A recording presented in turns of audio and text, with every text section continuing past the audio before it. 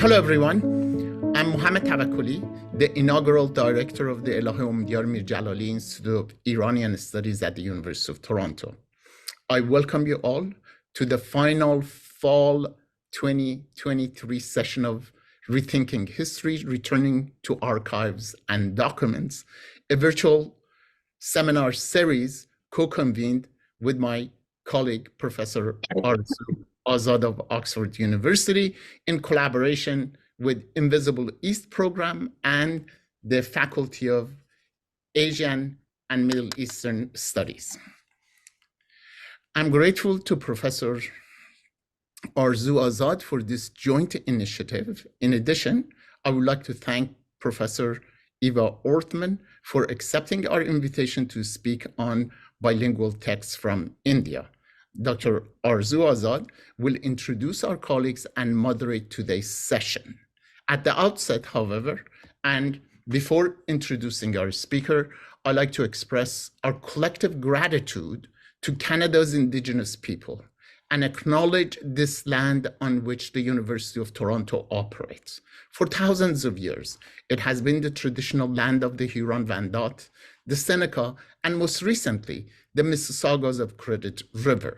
Today, this meeting place continues to be the home to many Indigenous people from across Turtle Island, and we are grateful to have the opportunity to live, teach, and learn on their ancestral homeland. Dr. Azad, please. Thank you so much, Professor Tavakkoli Tari, for this kind introduction. And thank you, Professor Orthmann. And thank you to everyone, many of our returning guests. It's a pleasure to have you back, and also new guests or new participants who we haven't seen. It's wonderful to see you here. And it gives me immense pleasure to introduce you to our speaker today, whom I had the pleasure of hosting here in Oxford in the summer of this year. And it's Professor Eva Orthmann.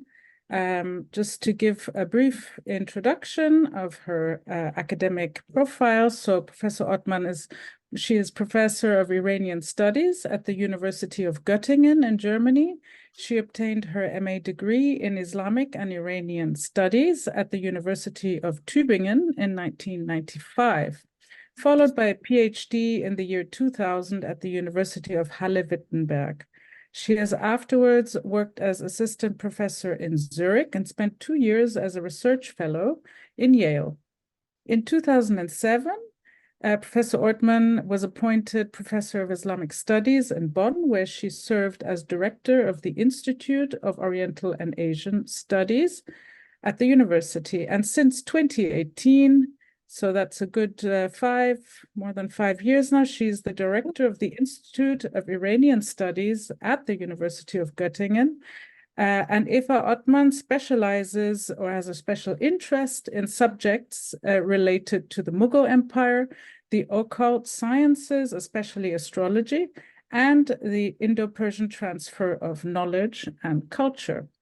And today she will be speaking to us about Qutb Shahi documents written in Persia coming from India.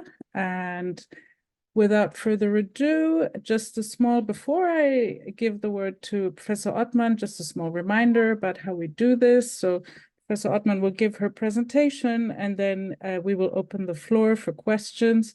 And please feel free to pop in your questions into the chat box as they occur to you so that you don't forget them.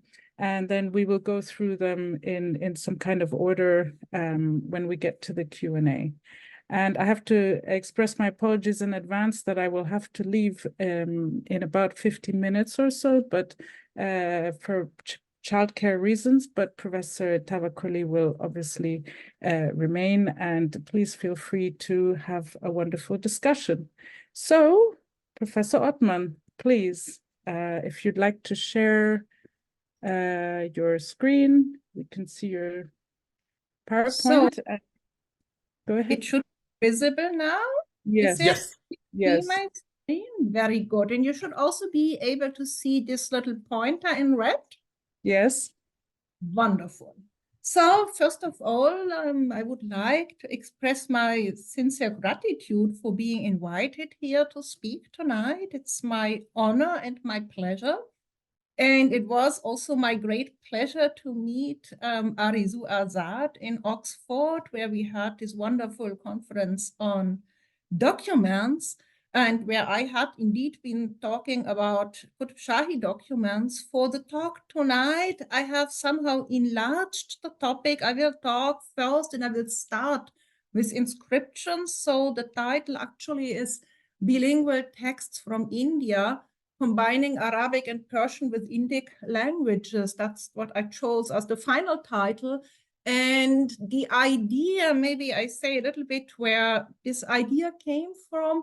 It was much inspired by a workshop which was in Hamburg in the Cluster of Excellence, I think 2 years ago or something like that, where there was a workshop on bilinguality and biscriptuality, and I was immediately fascinated by this topic since it seemed to fit quite well to one of my major interests, which is the field of translations from Indic languages to Persian.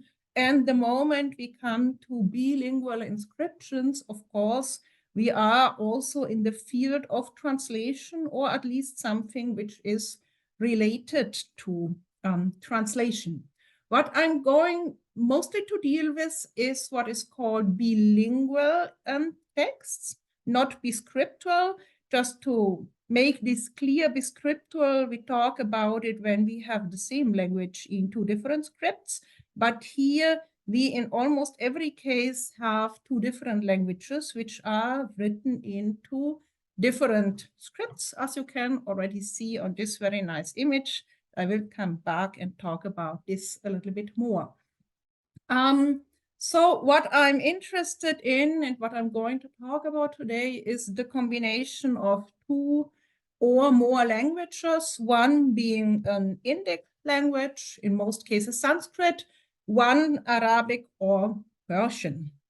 And the sources I'm going to deal with tonight are inscriptions and archival documents. Of course, we also would have coins. We find some coins which have two different languages on it. We also find astrolabes which have two languages, Sanskrit and Arabic, but I'm not going to talk about that. And what I'm interested in is today a lot, especially in the case of the inscriptions, I will talk a lot about material aspects, but I am also, of course, interested in the way the texts have been translated, because this is somehow linking the topic to the topic in which I'm usually quite interested, which is translations from Indic languages into Persian, and probably many might have already heard about the Perso-Indica project, but there are also some differences. So in the Perso-Indica project, we look at the translations of texts, of longer texts, of literal, of books, of medical texts, astronomy, astrology, etc. But not so far, we have not looked at the translation of documents and inscriptions. So it's a good opportunity to embroad, let's say, the focus of this project.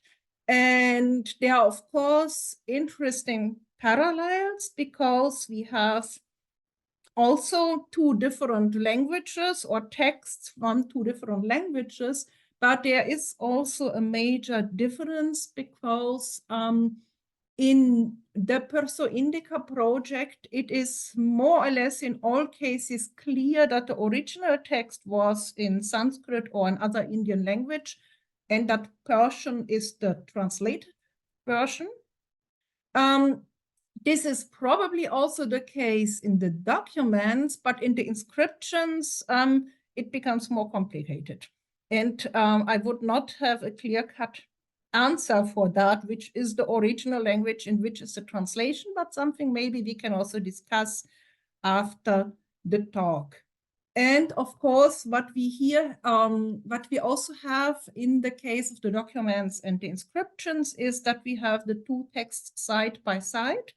This is not the case in with the translations from, let's say, epics. There we only have the Persian text. Usually it's not, next to each other. And the material and visual aspects are especially interesting in the case of inscriptions. And I start with them for that because I'm really fascinated by that. So let me first of all look a little bit at my sources. What I have not done, or maybe I should say not yet done, because I would love to do it in the future, but it would be really a major project, is in the case of the inscriptions to travel around India and to look and to make new photos and to look at other inscriptions. This would be really a large project, and I would say in high demand, because my sources I have been looking at have serious, let's say, shortcomings. So I have been looking at the publications of Indo-Muslimic inscriptions, which is mostly in the series Epigraphia Indo-Muslimica or the Epigraphia Indica, which is the continuation of the first one, the Arabic and Persian supplement. There are some, unfortunately, very few inscriptions also in the so-called Sitam database, which is an important database for inscriptions from India. But there are only, no, I'm not sure, 2 or 3 inscriptions from there. There are some other inscriptions. And in total, I have found 76 B or trilingual inscriptions by looking in all this material. It's a good question. There might be much more, but that's, I think in all this, I didn't miss any, I guess, from this material. And what makes it challenging is that the reproduction of images in these publications is often very poor. So I apologize in advance for the very poor quality of images I will show you. That is what I have, and it's more or less impossible to reread the inscriptions on the basis of these photos. So in my opinion, they would really need to have a new edition, best in a digital way, maybe related to the Sitam database. But as I said, that is a major project. Anybody who would like can do it. That is one major problem. And another major problem is also that the bilingual aspect of these documents has not been, or has only very rarely been considered an important aspect of it. So what we often find in these publications is that the Arabic Persian version has been published in one journal and the Sanskrit one in another. And then you have to search around to find the two. And there are also quite a few cases in which only the Arabic or Persian text has been edited and the Sanskrit one not just in a very short way. So I think there would be much work to do. So let me also say something about the documents, which is indeed the corpus of Qutb Shahi documents. So what we have in total is a high number of bilingual documents from many different areas in India, many different dynasties. And in between them, the corpus of Qutb Shahi documents, which is, I think, an interesting one, and I have the impression so far not very much studied one. And in this corpus, there might be more than 11 bilingual documents, but in between the photos I could take, there were 11 bilingual documents. And I hope that in the future, I will have another opportunity to see the documents I have not yet seen, because it's a challenge on its own to get access. So So far to my sources. So as I said, I will start with the inscriptions, and I thought I would like to first give you a short overview of the different languages which are used. So the majority, or not the large majority, but the majority of texts is in Persian and Sanskrit. And of course, Persian is often not only Persian, but with some Arabic. And of course, one can hesitate, are these bilingual inscriptions or are these trilingual inscriptions? I consider them bilingual because having a little bit of Arabic in a Persian text is so common that I did not consider this trilingual in the end, because you easily find just the year number in Arabic or a short quotation from the Quran or anything. I mean, it's so common, I would consider it bilingual, but in the CITAM database, they are considered as trilingual. So there can be a debate. We also find some Arabic and Sanskrit inscriptions.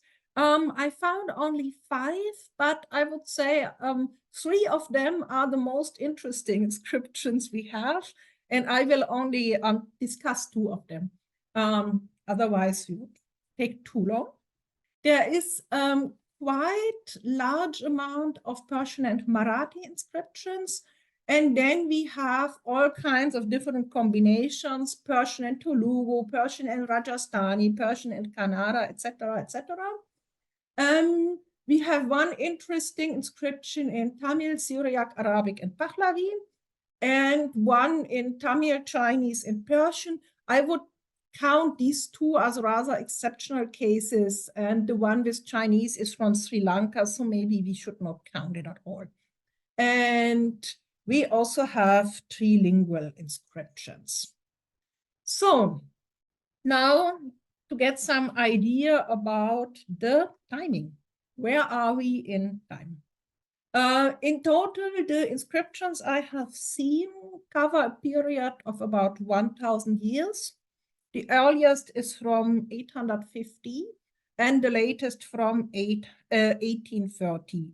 Of course, this does not mean that multilingual inscriptions have stopped after 1830. If you travel to India, you see multilingual, multi-scriptural inscriptions everywhere. If you're just waiting at the metro station in Hyderabad, you will see 4 different languages in 4 different scripts. But the Epigraphia Indica stated with the mutiny, stopped with the mutiny, and so that's where my corpus stops. And if we would start counting from today, we would be kept extremely busy just by going through Delhi and looking at the street signs. We have 2 inscriptions from the 9th century, one from the 11th. So the number of early inscriptions is very low, but this is also not so surprising, I would say. And we have a clear peak in the 16th century. This is somehow related to the fact that the Nizam Shahi dynasty has produced quite a lot of bilingual inscriptions. And so the second area where many inscriptions come from are from Gujarat, both from the pre-Sultanate and the Sultanate period. And these 2 cases are the few cases for which there exist also publications which have been looking into the aspect of bilinguality in more detail. It might be a little bit surprising, but from the Mughal period, the number of bilingual inscriptions is really low. So this is, while we have so many translations in the Mughal period, the number of bilingual inscriptions is not significant. I also wanted to say something about the dating systems, which I found interesting to look at. And it's interesting to look at it because it gives us also some clues about how the order of the production of the inscriptions. Because we find just in general for the Arabic and Persian inscriptions, we have Hijra years, often with the day and the month indicated. But we also have the regnal years for the inscriptions from the Mughal period for Shah Jahan and Aurangzeb. We have Fasli years and we have Shursan. And on the Indic side, we have the so-called Vikrama Samvat, which is a Hindu lunisolar calendar named after King Vikramaditya, beginning in 57. We have the Shaka Samvat, which is a lunisolar calendar again from 78 CE. And we have quite interesting these three eras, which are all in one specific inscriptions from Somnath. And what makes it interesting is that in most inscriptions, we thus have two dating systems, one in Persian Arabic and one in for the Indic side. And in most cases, they are the same, but we also find some discrepancies. And this might indicate which inscription has been produced first, because if, for example, in the Sanskrit version, you find a date which is 2 months earlier than the corresponding date in the Arabic version, there are many reasons to think that the Sanskrit inscription has been produced earlier. And this gives us some clue about understanding what is the original, what is the translation, or what is the earlier and what is the later, and the adaptation. So looking at these different dates is fascinating. And there is also one very interesting case, my beloved Burhanpur inscription. It's really the most fascinating. I know you will see the image later again. It was the initial image because it has in the Sanskrit version a very long part on the dating. And the dating is extremely important and given in all details. And there are all reasons to assume that this has been done for astrological reasons. And that, to give the exact astrological data to calculate, because probably the most appropriate moment for funding of the mosque had been calculated. And then we can start wondering, or maybe also drawing some hypothesis out of it, thinking that the astrologer probably was not working in Arabic, but was probably working on the basis of Sanskrit texts, and that he probably was also trained in the Jyoti Shastra tradition, because otherwise the Indic indications of time would not make so much sense.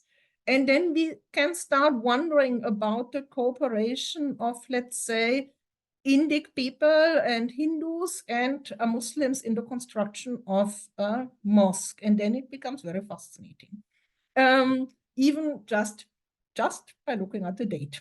So that's one reason for talking about it. So now some more details about the contexts. Where do we find this kind of inscriptions? Most of the inscriptions are related to building activities. So I should have counted it, but really a large amount is connected to wells, to stat wells, to tanks, but also to fortifications. So we find them on walls, on doors, on bastions, etc. There are some inscriptions related to gardens. And what I find is more interesting is that we also find some cases related to tombs and to mosques, and especially to mosques, it's quite interesting. We also have what I would call administrative inscriptions. So where a farman is rendered in an inscription in both, in two languages. We have inscriptions about tax regulations and endowments and grants. And this could also give us some clues about the addressees. And there's one interesting case, which I will only mention here, which are signposts. these signposts are in Persian and Marathi, and I would say they're a category on its own. Most of them come from the year 1000 Hijra, and they are so interesting because they are in Persian and Marathi, but the Persian is not written in Arabic script, but in Devanagari script. And so we have here it's fascinating. So we have really Persian in Devanagari script, and we may again wonder why should you write Persian in Devanagari? So do we really have to think that there was a readership who was able to understand Persian but not to read it in Arabic? And that is the hypothesis which I read about it, the explanation, and that there would also be some other texts or some documents written in Devanagari but rendering Persian script. So fascinating. So far for the types we have. Oh no, sorry, I have to switch. Somebody is trying to call me now. Not best moment. So what I was also interested in is the production method, because usually, or let's say the majority of cases, Arabic and Persian inscriptions are in relief, and Devanagari inscriptions are incised. But in the case of our inscriptions, we find different, let's say, mixtures of both types. So the early inscriptions have all been both incised. So the Arabic and the Persian are incised. And I find this is worth mentioning because, again, we may wonder who has been the producer, who has done it. Was it a skilled person who was usually working with Arabic and Persian inscriptions, but then why didn't he apply the normal way of producing them in relief? And we also find and that is the majority of cases where the Indic version is incised and the Arabic Persian is in relief. But we also find cases in which the Devanagari is in relief. So I just show you some examples. And again, my apologies for this very poor quality. This is the oldest inscription, which is here in Arabic and Sanskrit, and where we have this style both incised, and here we have the opposite with both texts in relief, and it's the oldest example I could find. And what I would say is the most common way is to have both versions. So on the one hand, the Indic text, in this case Sanskrit, in incised, and the Arabic in relief. So that is the most widespread feature, but we find the other types as well. And what I also was interested in is the question, how is the distribution of the scripts on the slab done? So, and again, we would perhaps assume that the Arabic or Persian text always gets prominence, but this is not the case. So I will start with the examples in which indeed the Indic text is marginalized or smaller, but we have also examples of same size or even larger. So just to show you some examples, so here we have one from Galna Fort. We have from there, we have 3 inscriptions which look very much the same in the style, where you have here the Arabic script, and I don't know if this is visible for you at all, but you have here, just believe me, you have here Devanagari script going around, in which I would call this type is really a total marginalization of the Devanagari version. So, yeah. And I have another one, which I would also say fits very much in the description of marginalization. So we have here the Arabic script, and here is some other script which in no edition has been mentioned or even described what it might be. But it is, to the best of my understanding, definitely a script which is applied below it. And of course, there is the question, I mean, if we look at that, even if we think it is in a better shape than in this poor photo, we may really wonder who is supposed to come so close to the inscription that he or she would be able to read it. It's a major challenge, I would say. And then, why is it there? I don't have an answer. It's just observation and a question mark. And what is, let's say, the slight majority of inscriptions, we have this style.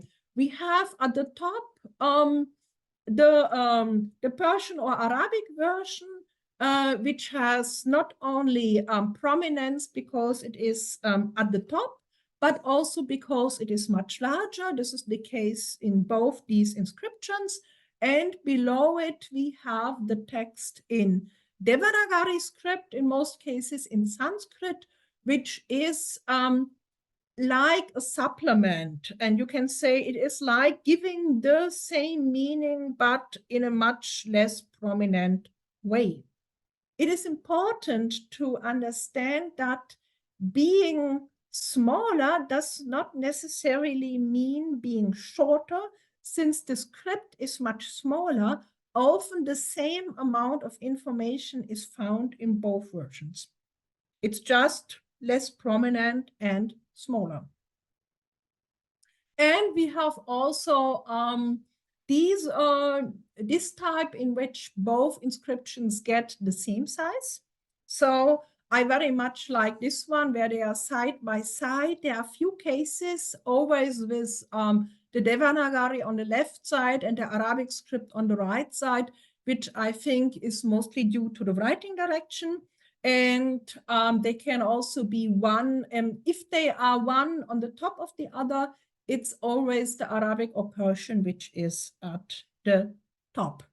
It is interesting to note that in these two cases, the information given in Sanskrit is much more than in Persian because you have much more lines here, so much more information is there. And I just wanted to show you once also a trilingual inscription. And the last one is again extremely difficult to see anything, but I tried my best to make the photo as visible as possible. So you have, just believe me, you have an inscription in Telugu and in Persian, and you have here in the upper part the Persian, but from here on the Telugu starts, and you can maybe guess or get an idea about it that here indeed the Telugu version is much longer. There is a certain, let's say, prominence of the Persian because it gets the upside, so it's on the top, but the Telugu is here and there is much more information, and I'm going to talk about the content just in a couple of minutes and to say you something about the content also. But before going to that, I want to go to my preferred Sanskrit Arabic inscription, which is from Burhanpur, and which is, I think, one of the most fascinating inscriptions, because here you have a clear visual dominance of the Sanskrit, which comes below the Arabic, but which gets much more space. It's the younger sister of this inscription, which is from a city close by at a distance of 12 kilometers, Asirgar. Here, let's say, there is still more or less balanced dimension of the two inscriptions, but here really you have much more prominence given to the Sanskrit version. And what really struck me was when I looked at the inscription in detail and discovered this little tashdid in the middle of the Sanskrit text, and there is no need for a tashdid in Devanagari. It just doesn't exist. And if you continue looking at it, you also can understand that the head strokes of the Devanagari is especially thick, and that the thickness of the head stroke, as a consequence, the vowel signs also are quite prominent.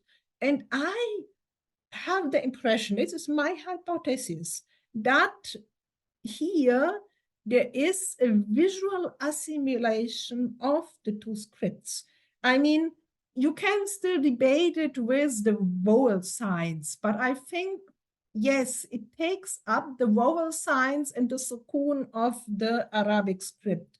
But the most fascinating for me is this tashdid, which just doesn't have anything to do in the Devanagari text. And the only explanation I have is that the scribe or the commissioner wanted to have this rapprochement of this visual rapprochement of Sanskrit and Arabic.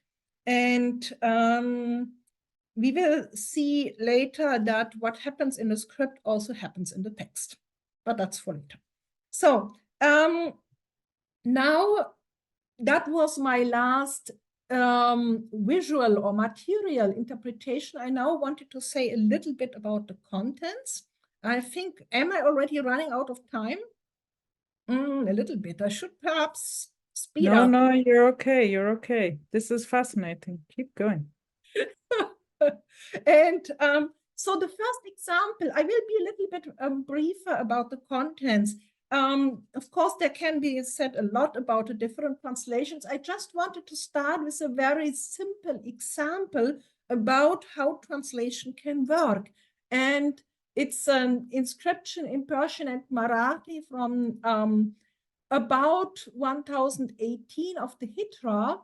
And if you compare it, it's interesting. Here in this case, I can read it. So in Persian, we have, in the reign of the just and perfect king, Nizam Shah, Bisat Khan, who is His Majesty's most loyal servant, had endowed land from this garden as an arm for the lights of the mosque and the dome. Whoever contravenes, may a donkey be on his wife. The Marathi, unfortunately, cannot be fully read, but I think there are two aspects which are very interesting. The first is to look at the curse.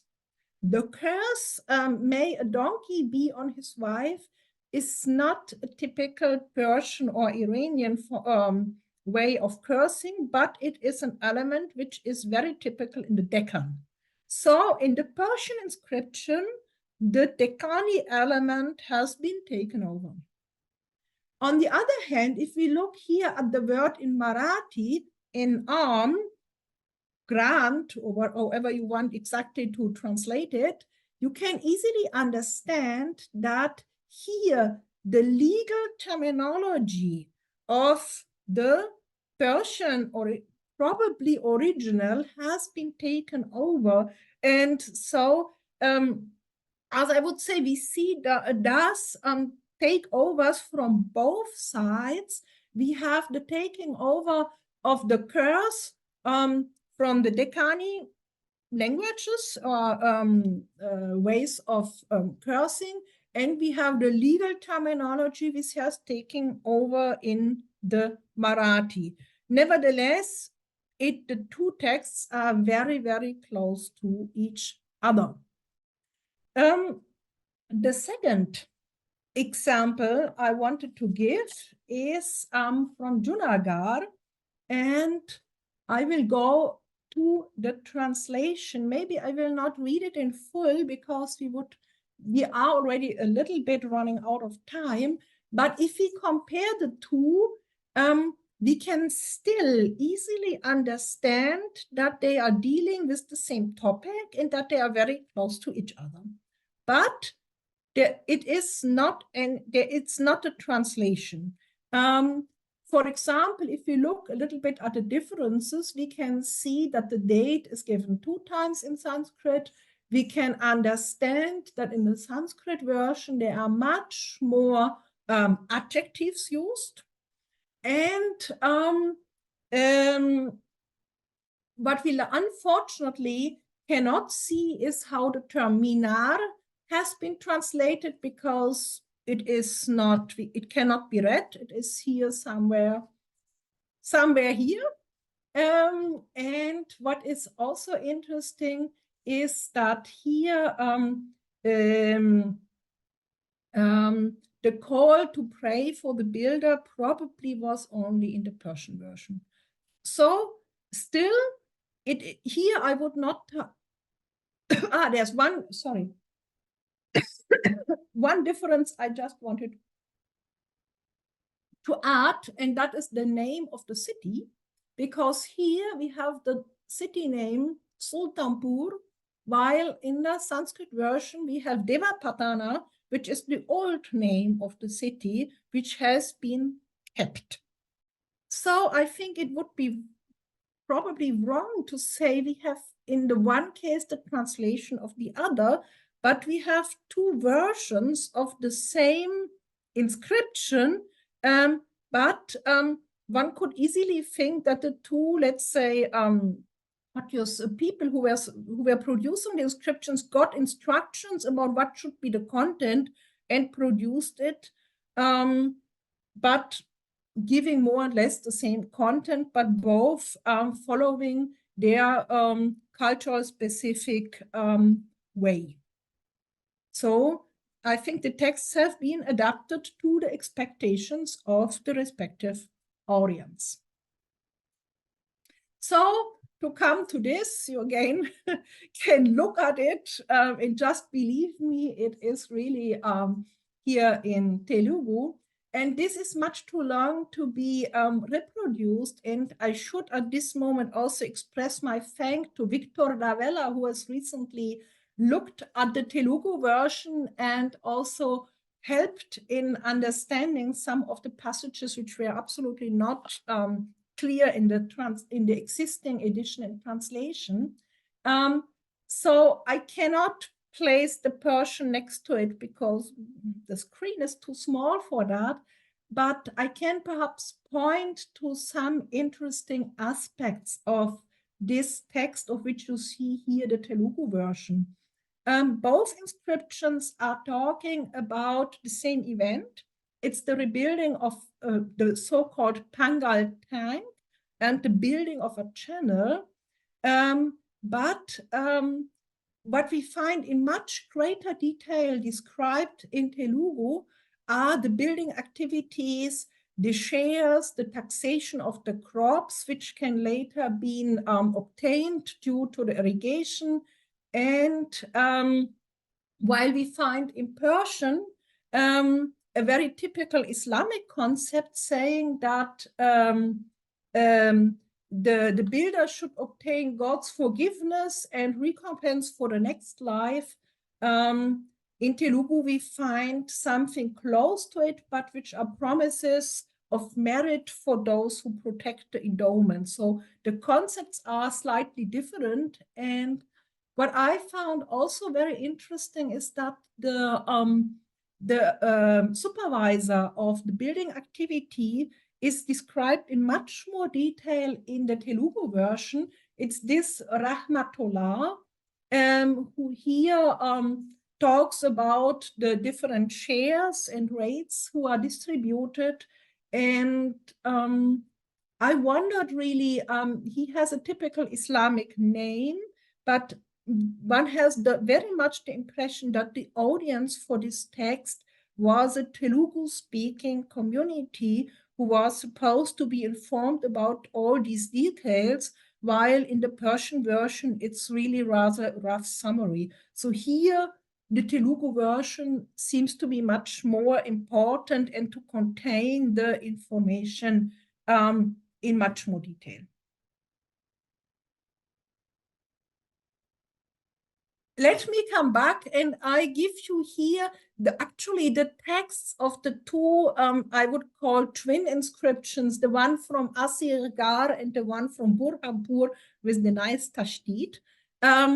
I give you the translation of this here because it's a little bit shorter and makes it easier to place it side by side in one slide.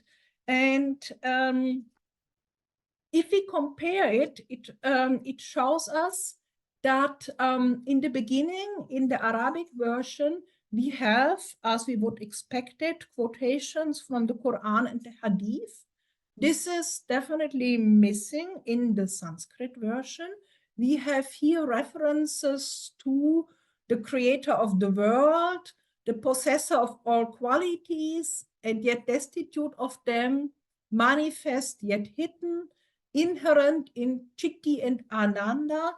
These are two terms which could be referring to Advaita Vedantic concepts, and we seem to have here a transfer or a process of translating the idea of an Islamic God into Sanskrit terminology and also, let's say, concepts understandable for people with a Hindu background. So to be very careful in saying it. And I also like this part of the inscription where we have on the Arabic side, wishes for the ruler, the Adil Shah, may God perpetuate his kingdom and sovereignty, etc., etc. And on the Sanskrit side, we have references to that he should also last long, but he should last long as the moon and the stars and the Ganges.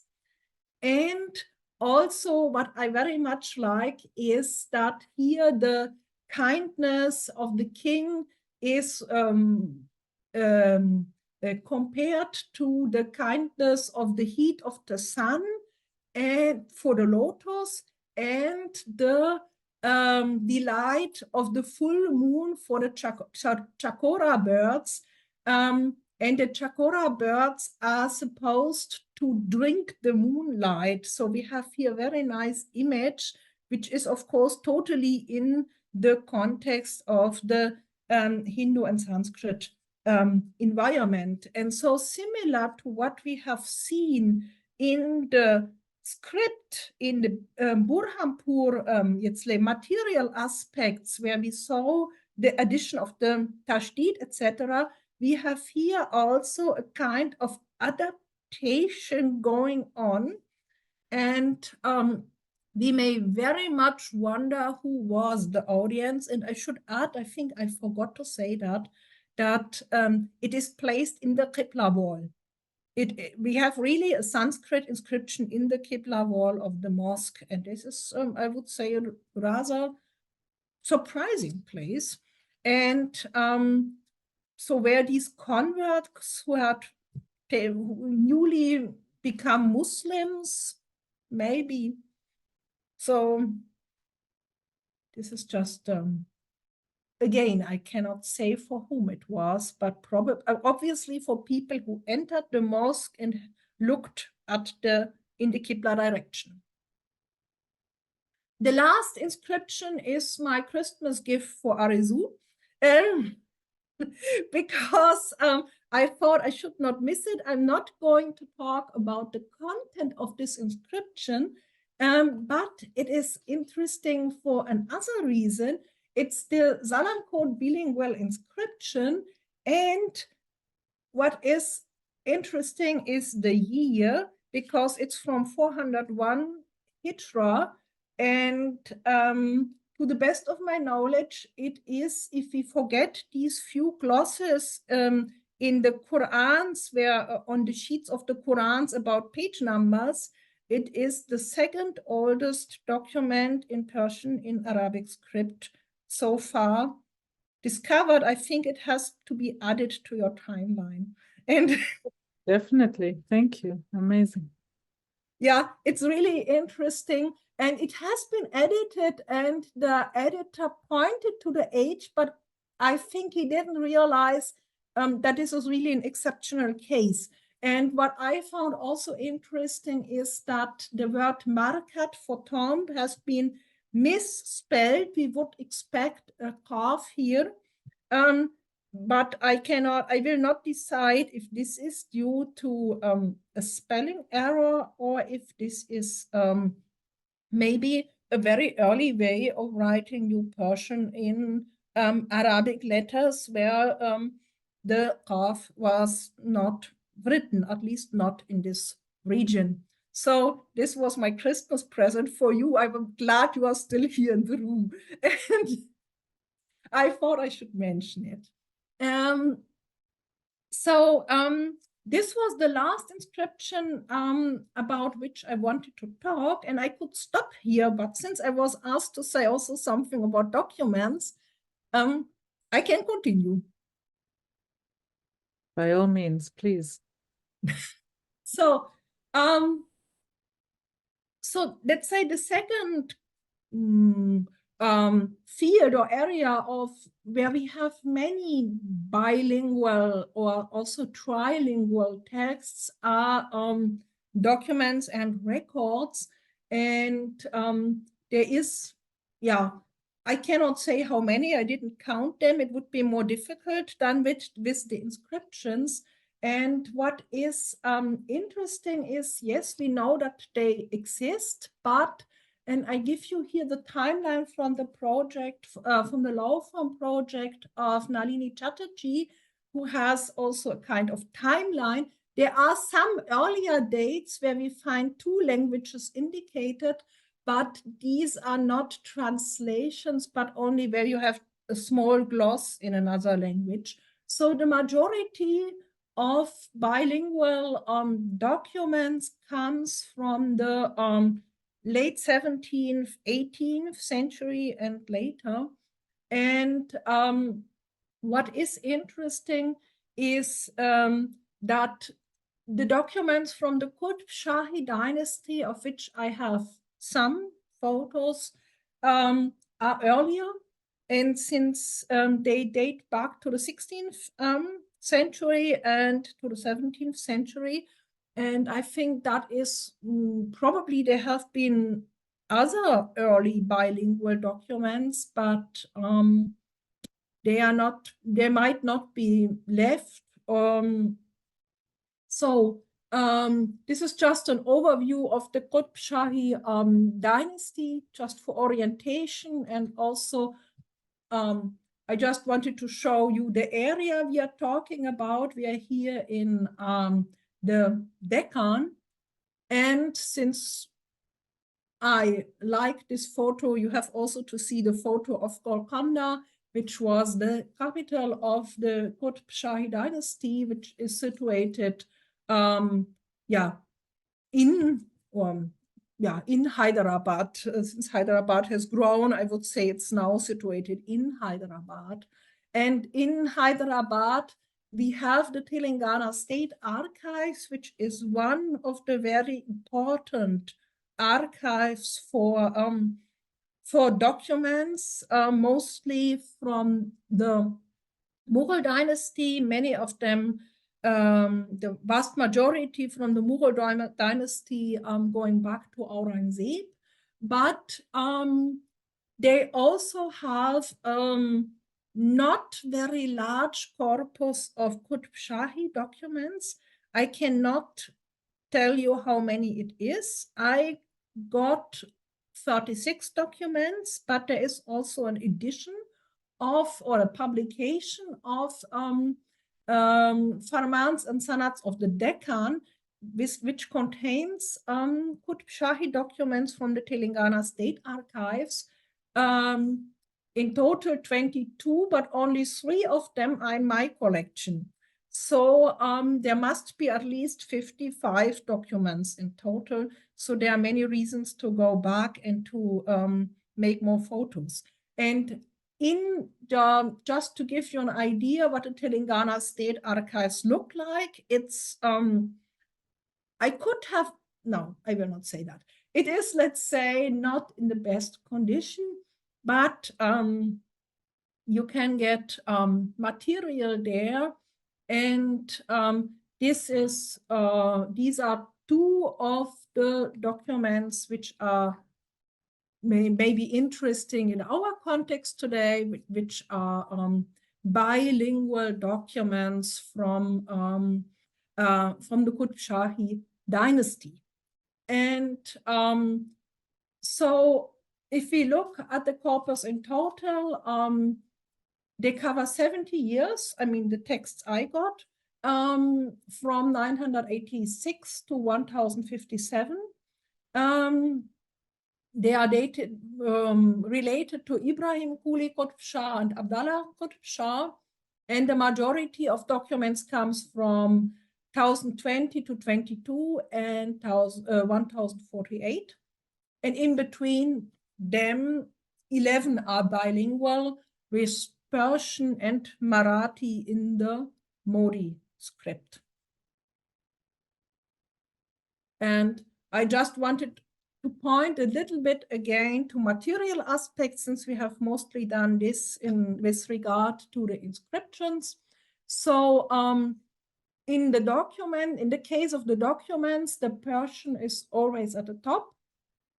And the Marathi is often longer, but this is due to the size of the script. It seems that the content is the same. What we also find is that the signatures and the seals and stamps are related to the Persian version, which shows that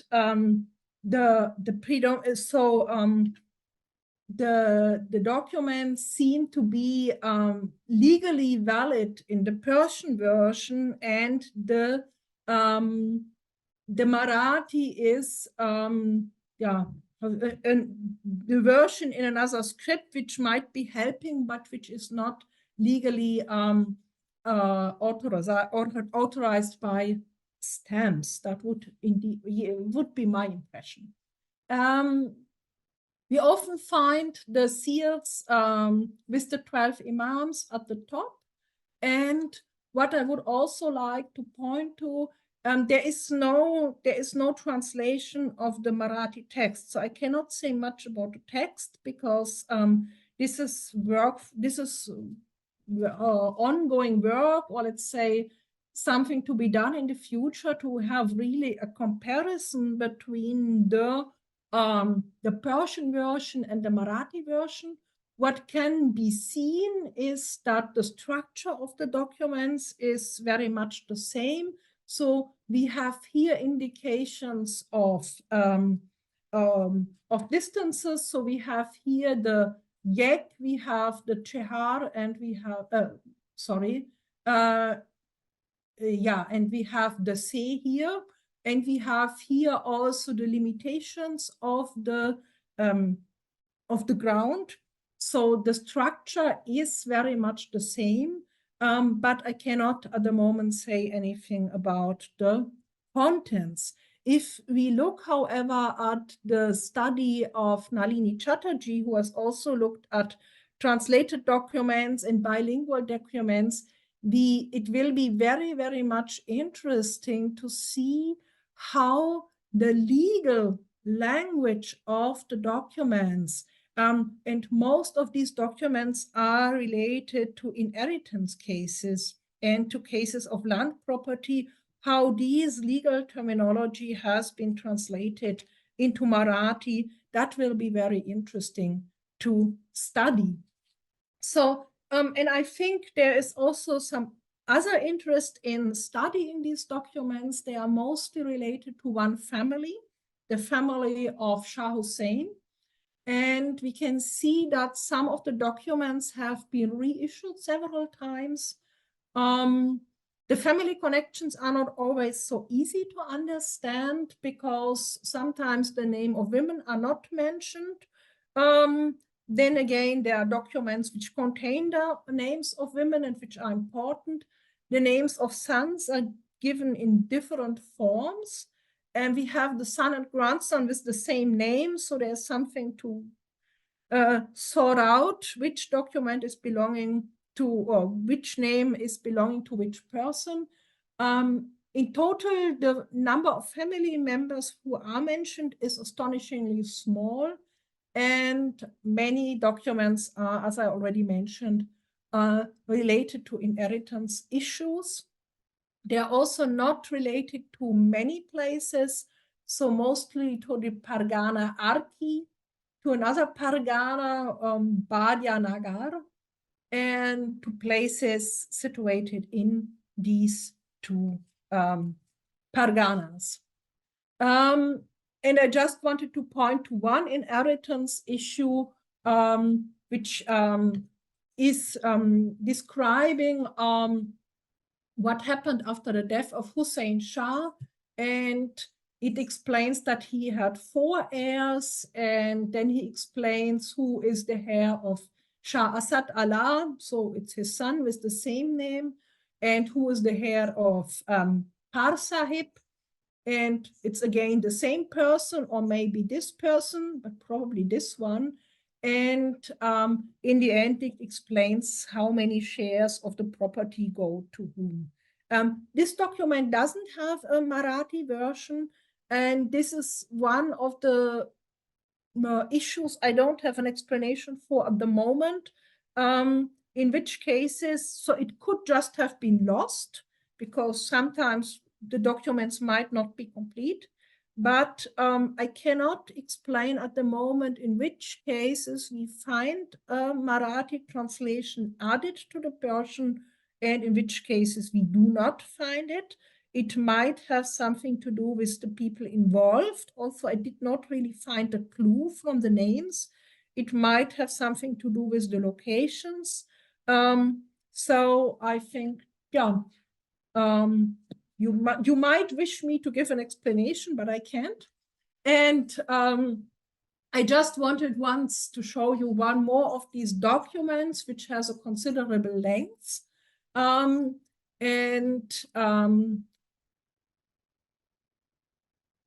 Would like to end here by just emphasizing 2 things. Maybe one with regard to the Qutb Shahi documents. I think it would be good to have edition of these documents which has both versions, the Persian and the Marathi together, and which compares the translation. This is some work for the future. And as I have already said, with the inscriptions, it would be also good to have them, yeah, in better editions, and to have in the studies of this corpus, or of these corpora, the bilingual aspects much more taken into consideration, and the aspect of how they have been translated, for whom and for which audience more paid attention to. And that's from the front of the Museum of Hyderabad, the Sarajang Museum. So that's it. Thank you, Professor Orthmann, for your fascinating and thought-provoking presentation, and also for a great show of documents and inscriptions. Really great project. I'm sure our colleagues here have a lot of questions. Please feel free to raise your hand and talk. Yes.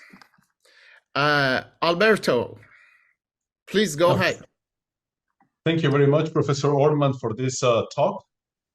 Well, I have many questions, but I'll try to focus just on the ones that are more urgent, more interesting to me, to obviously leave more space.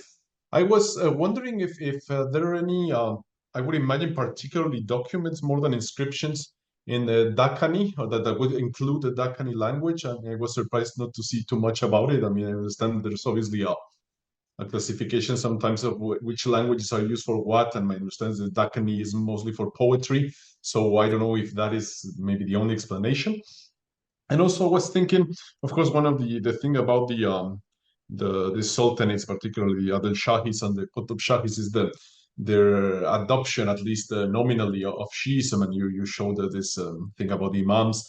I was wondering if there's any, if you come across any interesting example of how the Shi aspects get glossed into the Indic translation or Indic version of the text, in which would be something similar to what you showed us with these Al-Shahi document, where the Islamic, the typical Islamic, what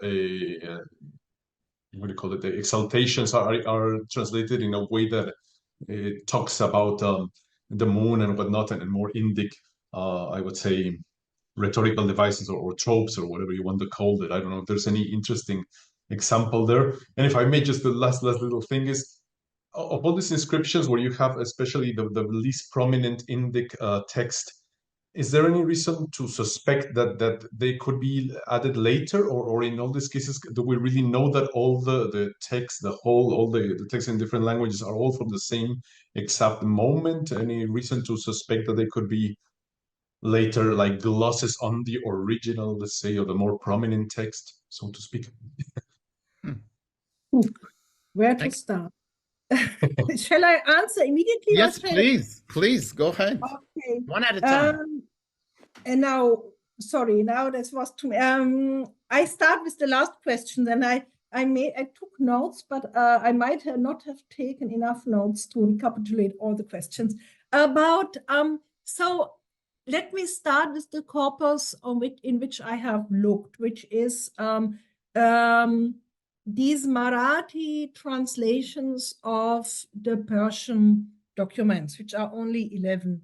And they all look very much like having been produced immediately after the production of the Persian. Probably after, because I would say here we are in a clear context in which the Persian is the legally valid document, and the Marathi, which has also the stamps, etc., and the Marathi is a translation. If there's any Shi'i terminology in the Marathi and how this has been adapted, I'm totally blank. As I said, I need somebody to translate it for me, and this would be a co-project. As far as I know, there does not, maybe if anybody in the room knows about an edition of the Marathi version of these documents, I would be perfectly happy to learn about it. But the edition I have seen, which is also already some years old, only gives the focuses on the Persian. So I cannot say. It would be very interesting to see how concepts have been expressed, how legal terminology has been expressed. But also in the Persian version, I mean, it's right, we have the stamp which shows the 12 imams, which is one of the typical stamps from the good place. But it is more down to earth. There is not much Shi'i references also in the Persian text, or actually I did not really realize that there would be so many. So, and then there was one more question, which was, I think, the first one. Which was that? About Deccani, the Deccani language. The Deccani language. You mean in inscriptions or in documents? In documents, no, I didn't see. I can only speak now about these Qutb documents. No, and if I would look at the if I enlarge it and look at, for example, the corpus of documents on which Nalini Chatterjee has worked, I remember that she has Hindi, she has Marathi, she might have some other language, but I don't remember Deccani. And if we look at her corpus, and this might be also a partial answer on your last question, there, especially in these early documents where we find, I think it was some Marathi, these seems, or she describes that there are sometimes later additions in other languages which have happened. And what I have also seen in other documents is that only signatures are, for example, in Devanagari script. While you have a Persian document, you find signatures in different scripts. So, yeah. But in the case of the Kutschai documents, I didn't see any of in this way. Okay. Thank Thank you you. very much. The next question from Dr. Shahbaz, Pegah Shahbaz. Please. Yeah, thank you very much for your fascinating and detailed talk, Professor Orthmann. I think the importance of your lecture is mainly the fact that you reveal the importance of the interaction that existed between vernaculars and Persian, not only Persian and Sanskrit, but also several other, local languages that were in constant interaction with Persian language and literature that was being produced through this interaction. I have two questions. They are rather precise. I do not know if you have the response, but I would rather ask because in one of these slides you mentioned there is one manuscript which includes Syriac, Arabic, Pahlavi, and Tamil languages. Tamil is a language coming from south of India. I wonder when that manuscript dates and what was the content of that manuscript? Was it a, Zoroastrian text or, how did it finally find its way to south of India? That's very intriguing. And the other question I have is about the earliest dated manuscript that you have found in which Persian appears alongside with a vernacular language. Okay, now let me briefly look, because I don't know the year of all inscriptions by heart, but this one is, I think, the oldest example I have. It is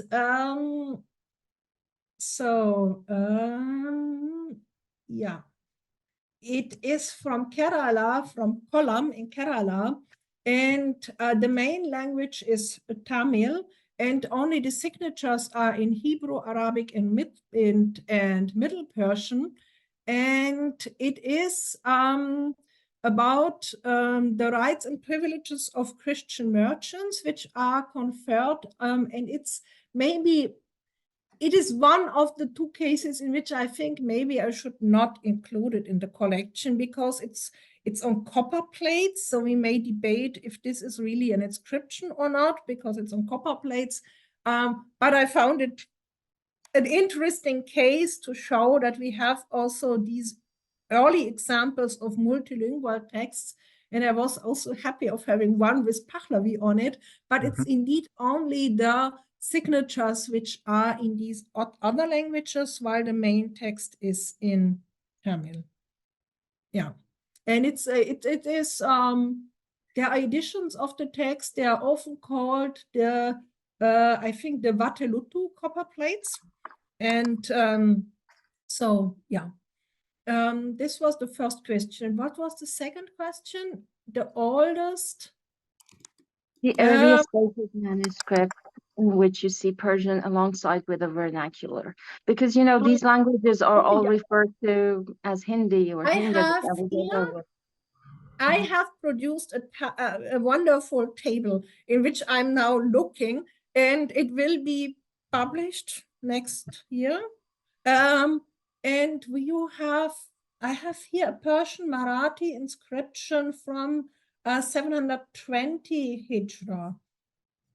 That is the earliest I can see so fast. Let me see. Arabic, Sanskrit, Persian, Sanskrit, Arabic, Sanskrit, Persian, Sanskrit, Persian.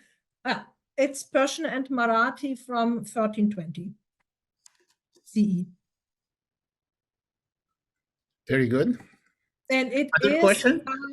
It is from Bijapur, and It is also from a mosque. It mentions the building of the mosque and gives more details in Marathi again about the builder than in Persian. Professor Herzig, please. Thank you. It's absolutely fascinating talk. Thank you very much. And you covered such an enormous amount of ground. I mean, huge chronological span and inscriptions and documents.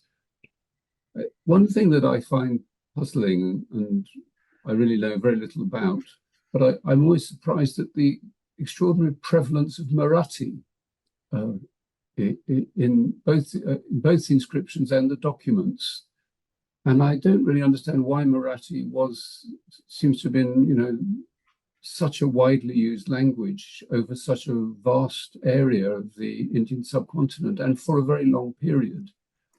I've also noticed that it seems to be used, often in this Modi script, this older script, in commercial documents from the late 17th and 18th centuries.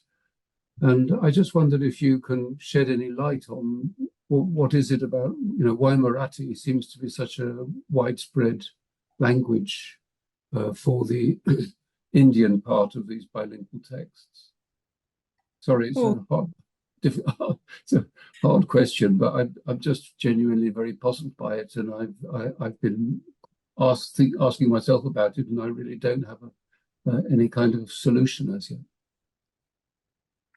Thank you. I do not really have a solution for that. I would be always a little bit careful because we have, of course, to take into consideration the is it that it's only that we have more remains of it? So is it just a kind of coincidence or by chance that we have more documents preserved and that more inscriptions have been found from this region, or is it really due to some policies, but it spans also a longer period?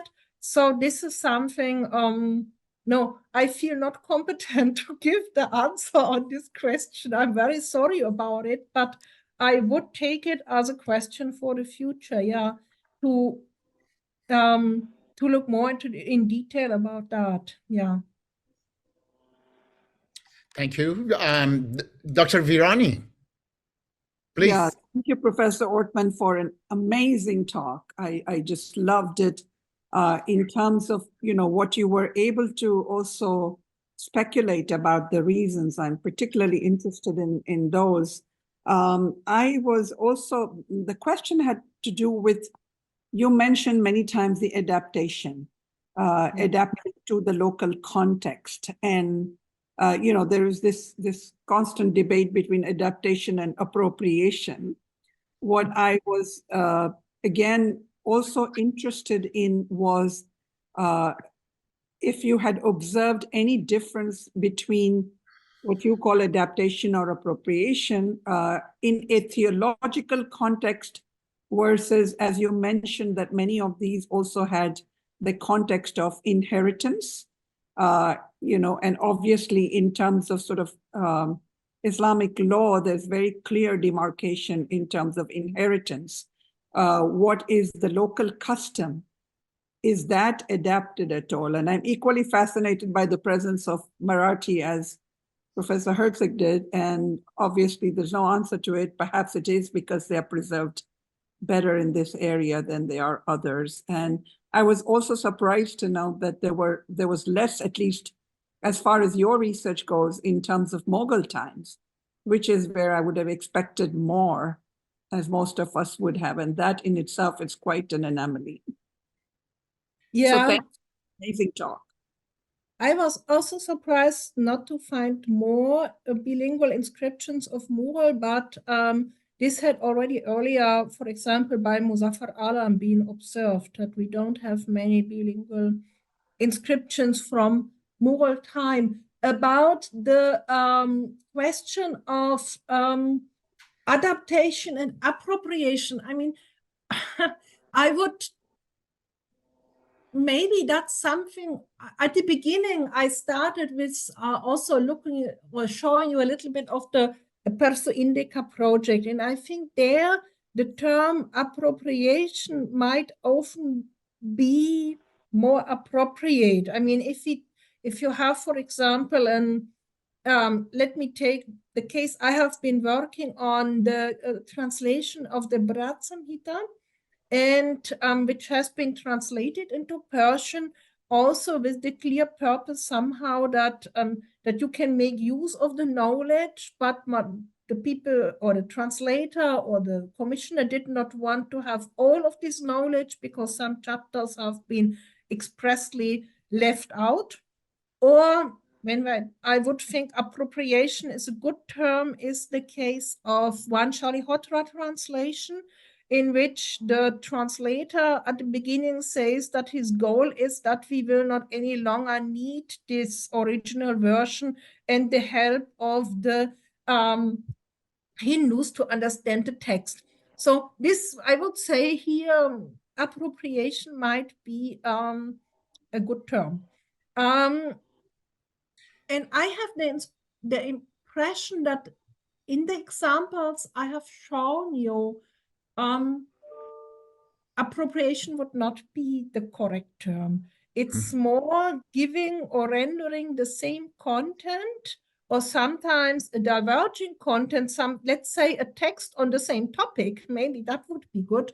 Writing a text on the same topic in two different ways, sometimes very close to each other as the first example, sometimes very different, like the Telugu inscription about the Pangal tank, where we have many other information added in the Telugu version. And but I would not see where there should be appropriation. It could be, I would say, an adaptation of the same content, both to to local standards or to linguistic standards, and also to needs, because if we go back to the Pangal tank, obviously there was more need to explain the details in Telugu than in Persian. So there's also taking into consideration the needs of the addressees. And of course, one would have to look in other inscriptions too, but I will not discuss now one after the other. And about the case of the Qutb Shahi documents translation, since I have not yet worked on a translation, I cannot answer it. But again, referring to Nalini Chatterjee, she has a very interesting article about a case of, I think it's depths, and how the terminology of making depths and also being, there's two different documents which are originally in Persian, but the tradition of this terminology and the tradition of how to deal with these specific low cases continues then again, I think, in Marathi, and she explains how the concepts have been taken over. That might be an interesting point for you, but for my documents, I just cannot say it at the moment. I am in the future, maybe for another talk. I think Arizu hoped me to talk about this today, but this was not possible. I'm sorry. Thank you, Professor Orthmann. We have two other questions. First one, Mr. Usman Hamid, please. Hi, Professor. This was such a wonderful talk.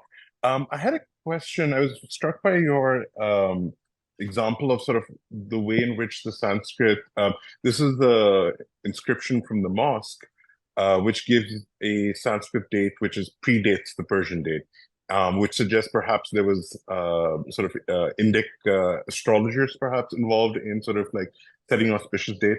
I was wondering if you could sort of speak a little bit more either about that example or other examples where you have, which based on these things, you're sort of noticing different kinds of people involved in the construction of these mosques or other tomb sites, perhaps not just all Muslims being engaged. So I'd love to hear more about that. Thank you.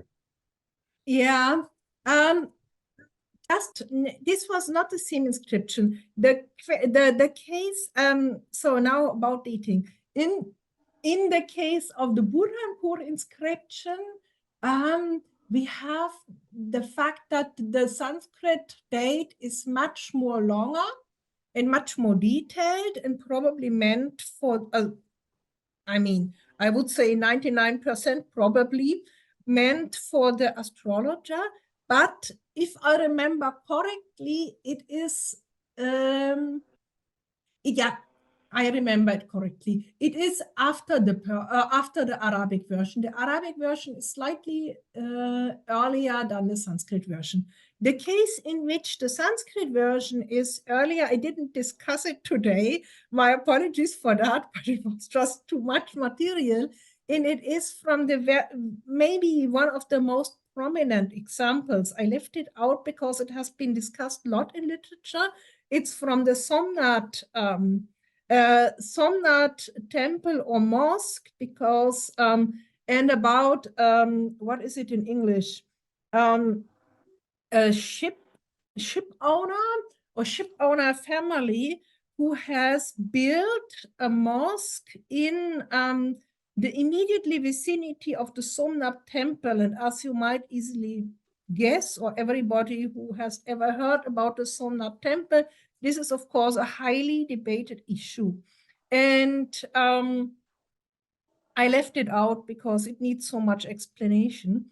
And in that case, we had a mosque on which, for which we have, the mosque is not anymore, and the two inscriptions in Sanskrit and Arabic are today in other locations, not together anymore, but they belong together. And what we have in that case is that the Sanskrit version predates the Arabic version and is also by far more interesting. I mean, the Arabic version is also interesting, and together it creates a lot of questions also, but it is another case which I have not discussed. Thank you. We have several other questions. First, Ustad Faroui, please. I want to join the rest in congratulating you on such a wonderful and fascinating talk. It was totally, I learned so much. My question is sort of coming from where I am. You know, I'm a person who does literatures and languages. So I'm sort of thinking, what does these bilingual inscriptions and documents tell us about literacy in Persian? Do you think that in this region that you have concentrated on, that is the Deccan, perhaps literacy in Persian wasn't as high as it is in northern India, and that is why Professor Alam has remarked that there are fewer bilingual inscriptions and documents in the north, because a lot of people probably who were literate knew Persian. So I was wondering if you had something to say about that. And my second question has to do with the fact about the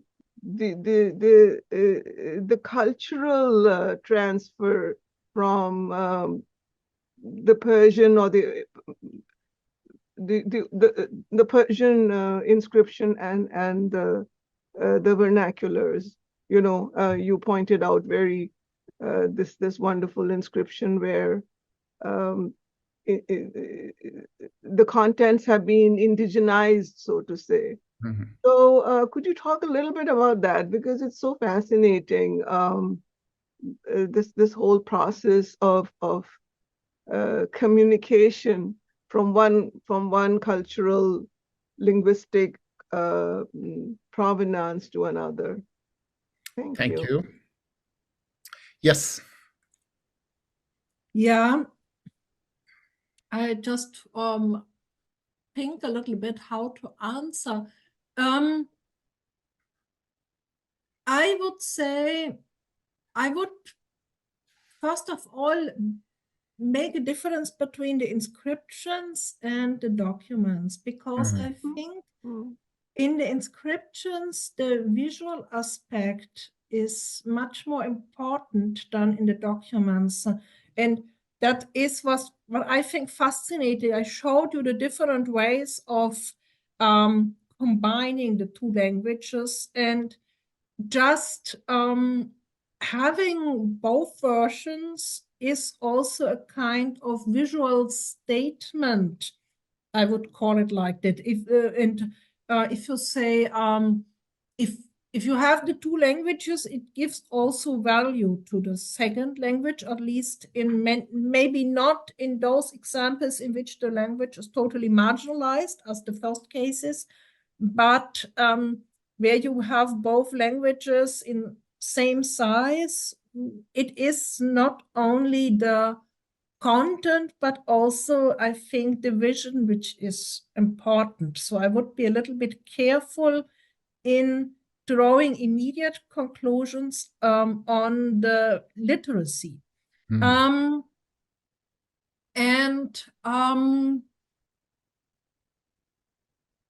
However, in cases in which we have the, I have also shown you examples where we have first the Persian at the top, and then let's say a kind of much less prominent Marathi or Sanskrit or whatever versions below it.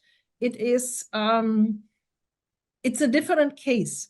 But let's take the example of Persian and Sanskrit, then we would immediately have to ask, was there a higher literacy in Sanskrit? Probably not. So it was addressing also a very specific audience. Or audience might be wrong. What do you say in English? People who are reading. And about the case of to what extent can we understand something about the Persian literacy from the existence of the bilingual documents? I mean, here again, I think we have to look at who is addressed. I have very much the impression that in the case of the Qutb Shahi documents, these are really texts on a local level, addressing a local readership who is in place, charged with understanding where are the boundaries of this specific piece of land or whatever, or how do we have to calculate the shares of the inheritance. I see here a very local level, and I think I would not like to answer a question on literacy in Persian in general, but I think we have to see, are we here talking about a local context? Are we in the city? Are we in the capital? And I think for the local level, I'm not so sure if the literacy in Persian was so much higher in the north, but Professor Ala might definitely know it better than me. He was here and he just left. He would be he might have his own opinion about that, but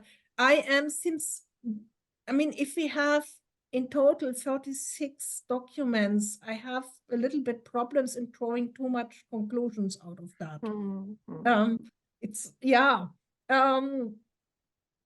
What we certainly can see is that the number of bilingual documents increases and becomes much higher in the 18th and 19th century. But this again has, I think, more to do with the who is reigning, who is dominant, who has the power to have the translation added. This could be at least as much important as the question of who is reading it and understanding it. So I'm a little bit hesitant, as you see. Very good. We have a couple of more questions. Elahé, please. Thank you, everyone. I wanted to say thank you, and I wanted to show my gratitude. I've learned a lot during this webinar. Actually, I was working on the poetry, on the poems on the pottery, the poetry, the Persian poetry, and it was really amazing to me because we had some Arabic inscriptions on the I mean, during the 4th century, and then during the Seljuk dynasty, we had we could see the switch of the Arabic phrases to the Farsi poems, and then after Seljuk dynasty, we could see some poems on the tiles. I mean, I was working on them, and it came to my mind when you explained about the I mean, kind of you know, you said that they wanted to the new Muslims wanted to get familiar with the Arabic inscription, so that's why they used tashdid, for example. And I guess it happened in Iran too. I mean, at the beginning, when Iranians started to be Muslim, so they had some Arabic phrases. I mean, on the dishes that they used every day, maybe. And then they started to use Farsi, and sometimes we can see some examples of having both of them. I mean, the bilingual inscriptions on the dishes. And then both of them in not a mosque but a palace, and it was really amazing to me. I have lots of questions to ask, and I'm really excited. Thank you. Thank you. Yeah, I mean, what I find so amazing is in the case of the bilingual Sanskrit Arabic inscription from Burhanpur is that you have it still in Sanskrit. So the audience must have been supposed to read and understand Sanskrit. But it is, yeah, somehow, yeah, now I use again the term adapting Islamic concepts into a Sanskrit environment. That's, for me, one of the most fascinating inscriptions I've seen while searching for the different topics. But what I would like to add is that all these inscriptions, of course, have to be put in their local and historical context. And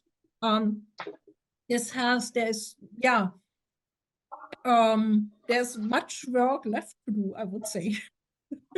Thank you, Ghazal. An overview to get an idea about what very much.